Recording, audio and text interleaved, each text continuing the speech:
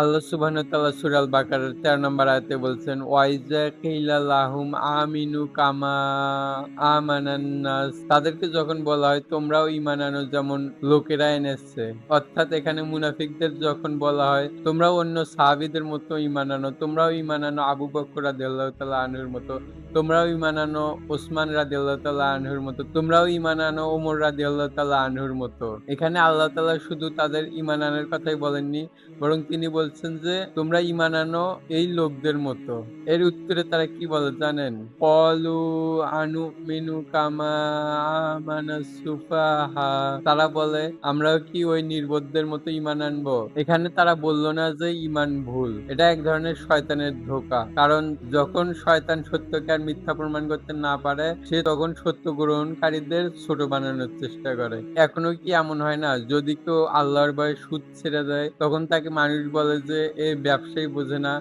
আবার যদি কেউ আল্লাহর ভয়ে হারাম রিলেশনশিপ থেকে বের হয়ে আসে, তখন তাকে তার বন্ধু-বান্ধব বলে যে, "তুমি লাইফে এনজয় করতেছো না।" এমন কি হয় না? আমরা যখন কাজের উপর নামাজকে বেশি গুরুত্ব দেই, তখন মানুষ বলে, "এখানে এত বাড়াবাড়ির কি আছে?" এরপর আল্লাহ তাআলা এক বাক্যেই পুরা হিসাব বদলে দেন। এরপর আল্লাহ তাআলা এক বাক্যেই পুরা হিসাব বদলে দেন। আল্লাহ তাআলা বলেন, "আলা ইন্নাহুম হুমুস সুফাহা" সাবধান, এরাই নির্বোধ। আল্লাহ তাআলা শুধু বলেন না যে তারা নির্বোধ, বরং আল্লাহ তাআলা বলেন হুমুস সুফাহা। আরবিতে হুম দ্বারা জোর দেওয়া হয়।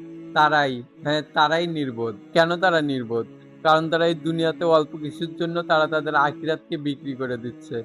তারা তাদের দুনিয়াতে ক্ষণস্থায়ী লাভের জন্য তারা তাদের চিরস্থায়ী আখিরাতকে ক্ষতিগ্রস্ত করছে।